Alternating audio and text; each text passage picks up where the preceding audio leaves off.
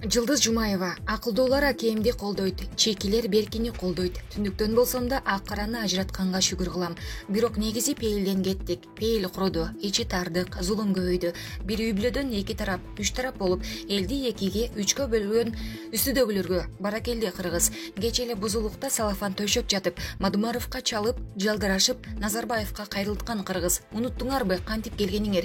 Кече эле үйдөн үчтөн, төрттөн бала китептин акчасын төлөп, мурдуңдун агып турганын унуттуңбу кыргыз? Оңго чейин жеткире албаган бир да баатыр эне жок болмок азыр. 7 балага чектөө баатыр эне ысымын алып берген Мадумаровду унуттуңбу кыргыз? Кече эле эсиңердеби? Чайды, унду эсеп кылып, пенсия ордуна берген сүткөрлөрдөн апалар силер унуттуңарбы Мадумаровдун эмне кылганын? 70ке ашкан апалар 3000 төлөбөй болгону бир аз төлөмгө 10 күн бекер жатканында Мадумаровдун мыйзамы болгон. Ошону да унуттуңбу кыргыз? Айтарым акырында эсиңе кел, ойлон. Кем акыл эмессиңби, ойлон. Ошол менин таңкы айтар сөзүм. Ассаламу алейкум ва рахматуллаху ва баракатух.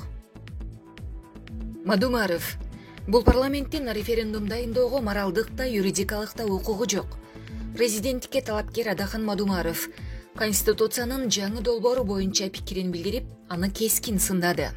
6-чакырылыштагы жогорку кеңештин мөөнөтү 28 октябрда аяктаган. Бул парламенттин мыйзам долбоорун элге алып чыгууга укугу жок. 2021 жылдын 10 январына референдум дайындоого моралдык да, юридикалык да укугу жок.